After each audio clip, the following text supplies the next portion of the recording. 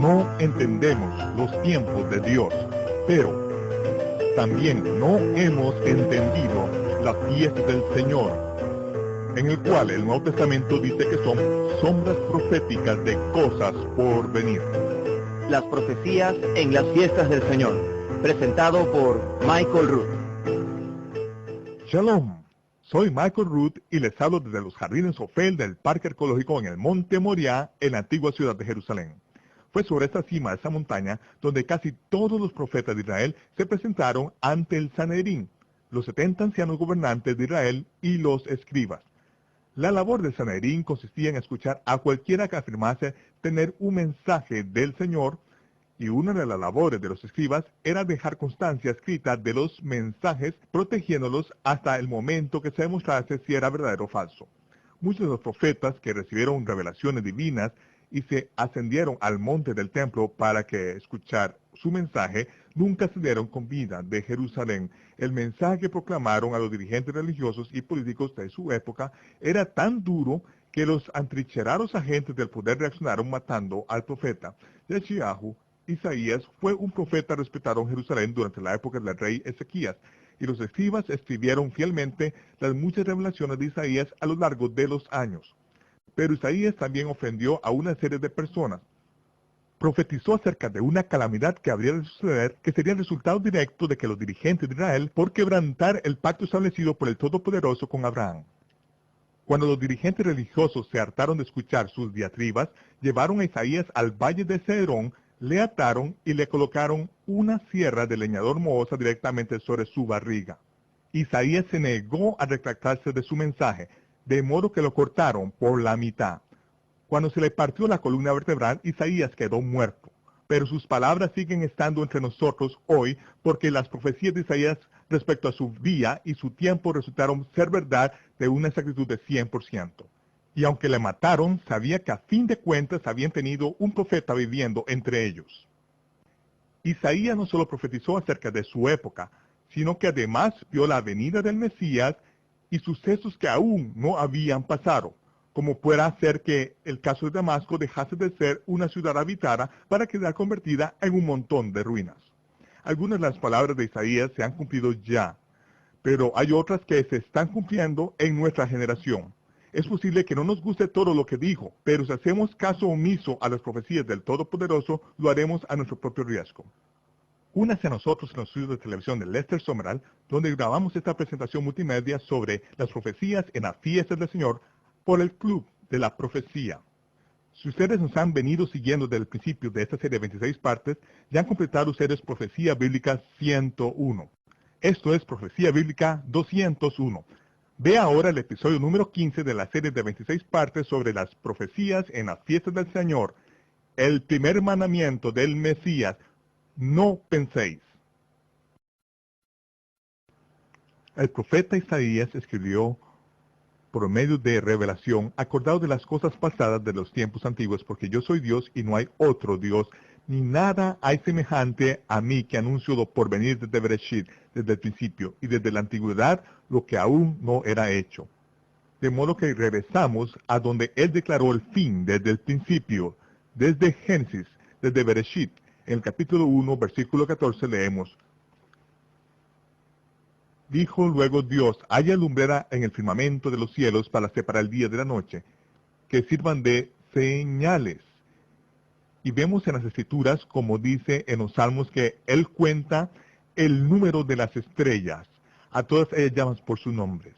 Dios es el que nombró todas las estrellas, y fue Él quien las colocó en su curso, y los nombres originales de estas estrellas se conocen aún por toda la tierra.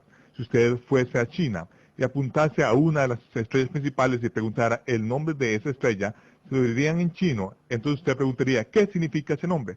El significado de esa estrella sería el mismo en chino que en egipcio o en latín o en hebreo. Porque Dios fue el que las nombró, las estrellas antes de la Torre de Babel, y por todo el mundo los nombres y los significados de esas estrellas siguen siendo los mismos hasta el día de hoy. Como dicen las Escrituras, los cielos cuentan la gloria de Dios. Los cielos no dicen nada sobre su vida personal, pero sí acerca del plan de redención de Dios, y Él ha puesto su testimonio en las estrellas. Es así como los patriarcas, cientos de años antes de que se escribiese la Torá, pudiesen contar la historia de la redención a sus descendientes generación tras generación. La historia está escrita en las estrellas, y los nombres de esas estrellas fueron transmitidos generación tras generación y permanecen ahí hasta la fecha. El firmamento muestra la obra de sus manos. En el cielo hay una constelación acerca de la cual hablamos con anterioridad, la constelación de Betula. Betula significa la Virgen. En latín se llama la constelación de Virgo, que significa la Virgen. Es lo mismo. Durante miles de años la constelación Betula se ha presentado con 5 ramas en su mano. ¿Por qué se dibujan 5 ramas en la mano de Betula? No vemos 5 estrellas ahí. No hay más que una sola estrella, pero el nombre de esa estrella es Semak. Semak. La palabra Semak en hebreo significa rama. Y los profetas la usan 5 veces en las escrituras hebreas. Cada vez que aparece la palabra Semak, se traduce al español con mayúsculas R-A-M-A, porque los rabinos judíos, así como los traductores de la Biblia, sabían que Semak, la rama justicia, se refería al Mesías, que sería el descendiente justo de la mujer. Esta simiente que le fue prometida a Eva en el huerto del Edén. Vemos que cada vez que los profetas hablan acerca de la Semak, está en mayúscula, como dice en Jeremías capítulo 23, 5, levantaré a David. David es el rey de Israel. Levantaré a David un Semak justo, rama justa. Semak justo. Hatzeret Semak. Hatzeret Semak. El renuevo justo, que es el rey que reinará y prosperará y hará juicio y justicia en la tierra.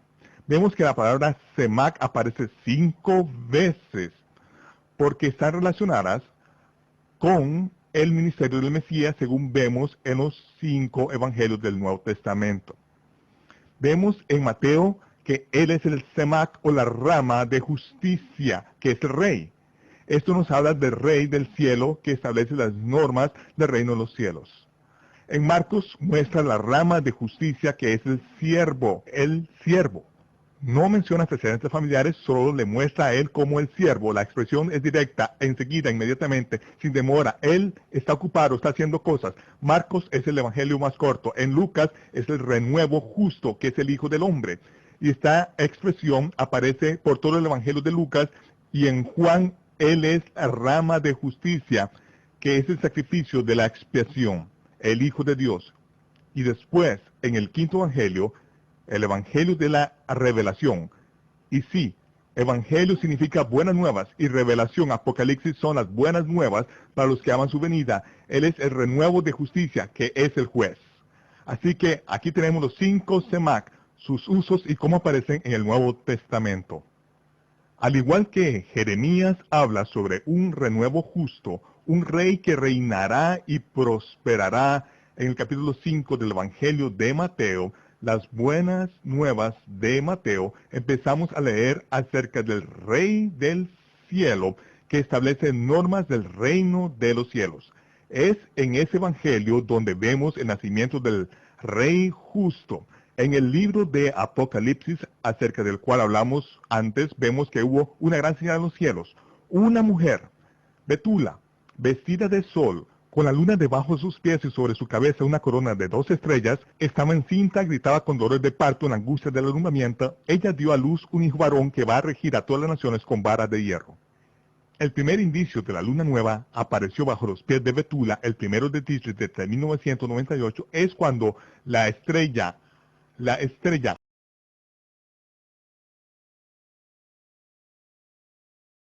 el león de la tribu de Judá, la constelación Ariel representa al león de la tribu de Judá, y entre los pies de Judá hay una estrella llamada Hamalek, el rey. El momento en que apareció ese primer indicio de la luna nueva bajo los pies de Betula, el primero de Tishri, que es el día de las trompetas, cuando se hace el anuncio en los cielos y en la tierra, es cuando el planeta Júpiter, que en hebreo es Hatzedek, el justo, apareció en conjunción con el rey, anunciando el nacimiento del rey justo, el león de la tribu de Judá. Esa fue la señal que los astrónomos caldeos estuvieron buscando en los cielos durante 500 años de los tiempos de Daniel, sabiendo que anunciaría el nacimiento del rey justo. Y en Mateo, capítulo 5, al comenzar Yahshua su ministerio, dice: viendo la multitud, subió al monte y se sentó.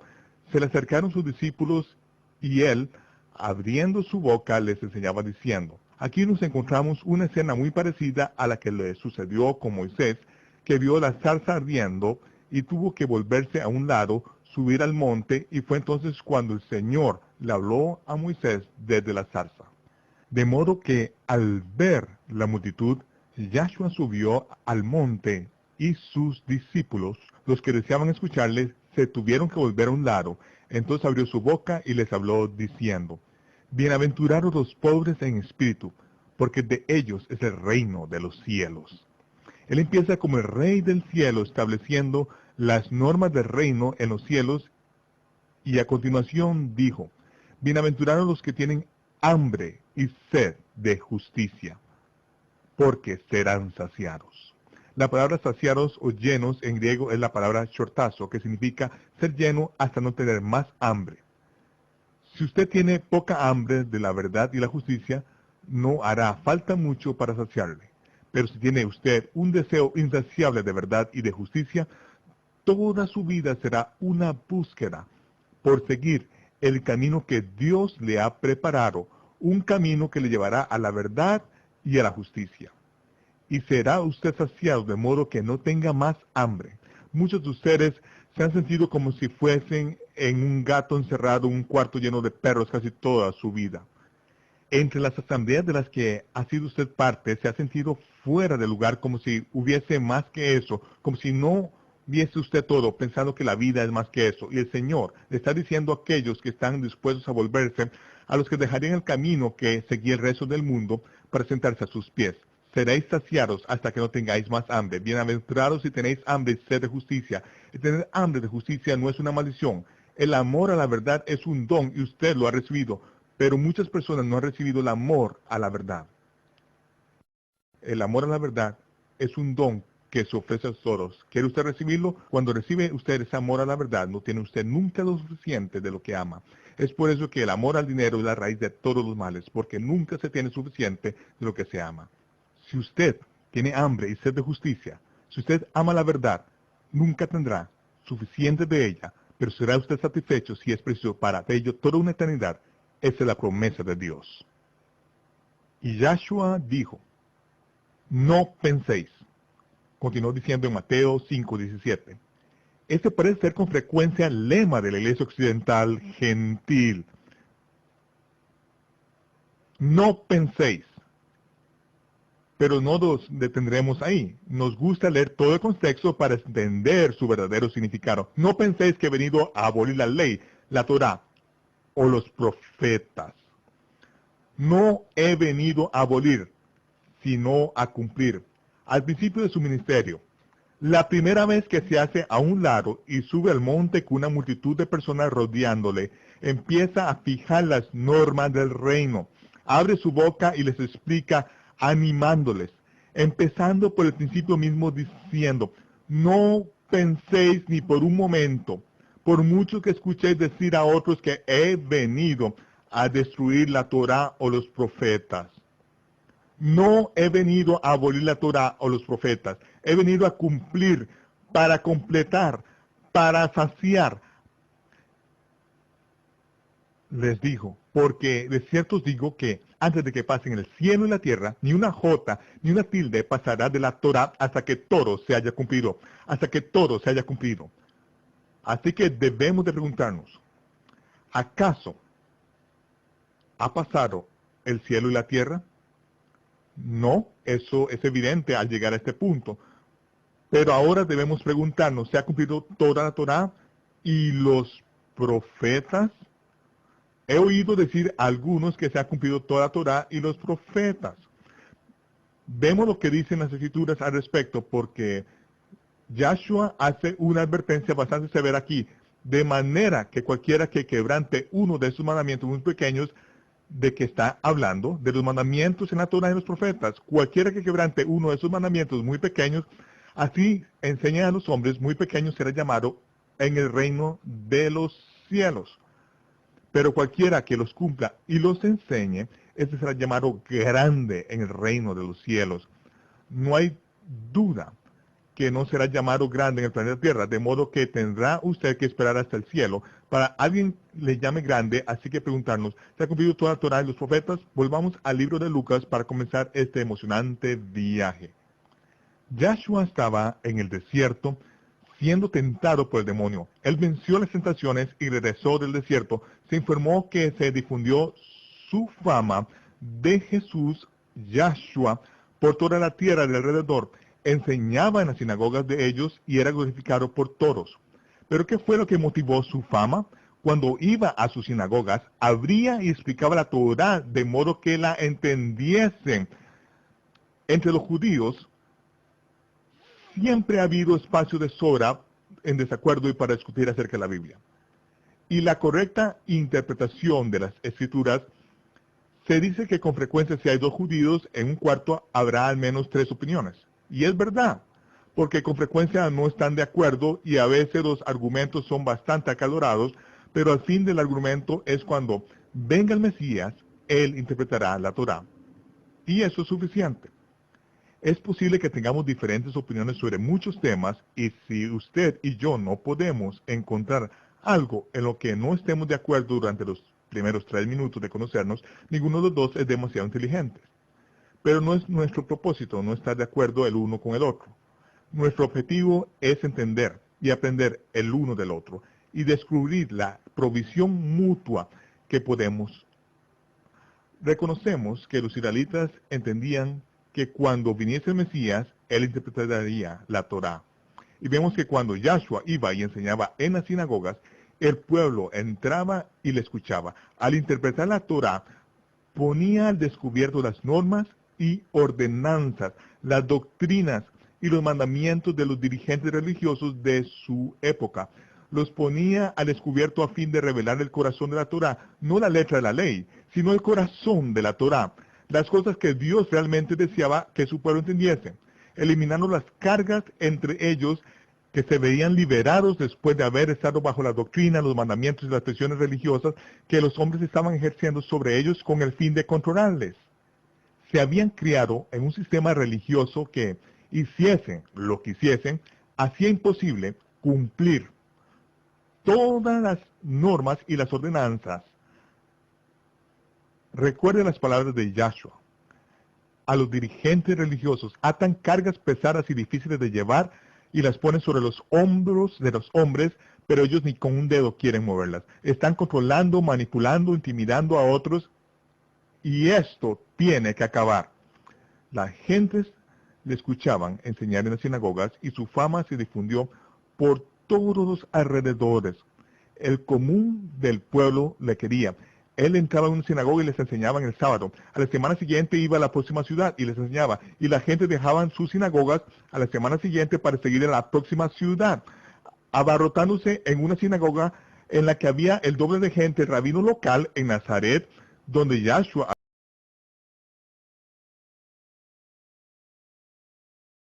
porque el resto de los asistentes se había ido. Eso era algo que no pudo tener buena aceptación durante mucho tiempo. Él estaba siendo honrado por el pueblo, pero los dirigentes religiosos no podían tolerar que quebrantase las normas y las ordenanzas mediante las cuales ellos manipulaban al pueblo. Lucas escribe, Yahshua vino a Nazaret donde se había criado y el sábado entró en la sinagoga conforme a su costumbre y se levantó a leer.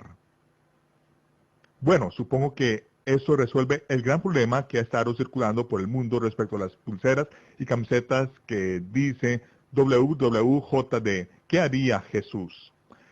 Que es una de las campañas de publicidad con más éxito que ha conseguido millones de dólares por ventas. Bueno, Esta noche vamos a dar la respuesta. Leemos, el sábado entró a la sinagoga conforme a su costumbre y se levantó a leer. ¿Qué hacía Jesús? Guardaba el sábado, guardaba las fiestas, iba a las sinagogas en sábados y leía las escrituras hebreas. Eso era lo que acostumbraba a hacer, así que hagamos nosotros lo que él hacía. Él no inventaba cosas a leer, sino que decía, está escrito. Así que volvamos a lo que él haría y lo que diría, está escrito. Es lo principal que haría Yahshua, encontraba el lugar donde estaba escrito y hacía lo que estaba escrito. Eso no depende de una interpretación personal, ni de cómo se sienta usted, de lo que cómo cree usted que lo haría Jesús.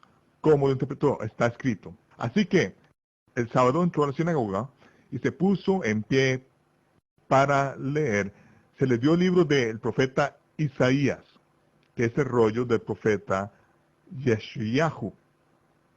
Isaías, Yeshayahu. Y habiendo abierto el rollo, que es todo lo que existía en aquel tiempo, no había códices ni libros, tal y como nosotros lo conocemos, solo rollos, y era rollo enorme. Recuerde que fue el eunuco etíope en el libro de Hechos, que regresaba de Jerusalén después de la fiesta, montado en un carro, era el encargado del tesoro de Candace, la reina de Etiopía, y tenía el rollo de Isaías en sus manos y lo leía. El rollo de Isaías costaría en nuestro día y tiempo unos $50,000. Eso es lo que costaría ese rollo. En aquel entonces era el salario de un hombre rico durante todo un año. Así que no muchos tenían el rollo de Isaías. Pero en esta sinagoga, que Yahshua le entregaron el rollo de Isaías, de Yeshayahu, y lo abrió y halló el lugar donde está escrito: el Espíritu del Señor está sobre mí, por cuanto me ha ungido para dar buenas nuevas a los pobres. Me ha enviado a sanar a los quebrantados de corazón, a pregonar libertad a los cautivos y vista a los ciegos, a poner en libertad a los oprimidos y a predicar el año agradable del Señor. Enrollando el libro, lo dio al ministro, al rabino, y se sentó. Los ojos de todos en la sinagoga estaban fijos en él. Cerró el rollo. Cuando acabó de leer, se detuvo. Lo entregó de nuevo al rabino y luego se sentó. Todos se quedaron mirándole fijamente, esperando las próximas palabras. Y él dijo: hoy se ha cumplido esta escritura delante de vosotros. A fin de entender la importancia de por qué hizo eso, por favor, miren todos el lugar donde está escrito en el rollo de Yeshayahu. Hágalo. Hágalo, miren dónde está escrito. Veo a muchos que miran alrededor, preguntarse dónde está. Bueno, en el rollo de Isaías no hay ni señal de capítulos ni de versículos. Tiene usted que saber dónde está escrito. Puedo decirle fácilmente que es en Isaías 61, pero no sería descubrirlo. En esa cultura pocos tenían los rollos, tenían que aprenderlo de memoria y no podían costear tenerlo en sus manos. Podían ir a la sinagoga y podían aprenderlo de memoria allí, pero no podían llevárselo a casa, tenían que memorizarlo. Halló el lugar donde está escrito y lo leyó. ¿Y qué dice Isaías? En Isaías 61, es ahí donde abrió el rollo y comenzó a leer: el Espíritu del Señor Dios está sobre mí porque el Señor, Yahweh, me ha ungido, me ha enviado a predicar buenas nuevas a los pobres, a vendar a los quebrantados de corazón, a publicar libertad a los cautivos y a los prisioneros, apertura de la cárcel, a proclamar el año de la buena voluntad del Señor y el día de venganza del Dios nuestro. ¿Por qué se detuvo? ¿Por qué no terminó la frase? ¿Por qué no lo hizo? Porque el Mesías no vino la primera vez a proclamar el día de la venganza de nuestro Dios. No vino como juez, no vino como el Mesías conquistador, el Mesías reinante, que haría de gobernar a todas las naciones con varas de hierro, después de destruir los gobiernos del hombre y establecer su propio reino. Cerró el libro, cerró el rollo, no vino a cumplir esa parte de la Torah y los profetas. La mitad de la Torah y la mitad de los profetas, sí, la mitad de las fiestas del Señor hablan de que el Mesías vino como siervo sufriente, como sacrificio por expiación del pecado. La otra mitad de la Torá, la otra mitad de los profetas, la otra mitad de las fiestas del Señor, hablan del Mesías como el rey que reinará sometiendo al mundo y gobernando con vara de hierro en justicia. ¿Se ha cumplido toda la Torá y los profetas? No, solo si nunca hemos leído la Torá y los profetas, la mitad de la Torá y de los profetas, sí, se ha cumplido la mitad. El Mesías ya ha venido como el siervo sufriente, pero ¿se ha cumplido el que el Mesías sea el conquistador que reine? ¿Qué dijo él? Ni una jota ni una tilde pasarán hasta que todo se haya cumplido. Necesitamos prestar atención a lo que tiene que decir el Señor. Michael Root regresará en tan solo unos momentos. La labor del profeta no es predecir el futuro. Su labor es indicar al pueblo de Dios que siga las instrucciones dadas por medio de Moisés y decirles que deben regresar y colocarse dentro de la valla protectora de la Torá. Porque la Torá es el fundamento de todas las escrituras. Así que, si no entendemos el plan de Dios como revela la Torá, podemos confundir las escrituras durante toda una vida. Les invitamos a que se una de nuevo a nosotros para el episodio número 16 de la serie 26 partes sobre las profecías de las fiestas del Señor. ¿Es la gracia una licencia para quebrantar la Torá? De ninguna manera. Este es Michael Root desde Jerusalén deseándoles Shalom, paz, y les veré cuando se disipe el humo.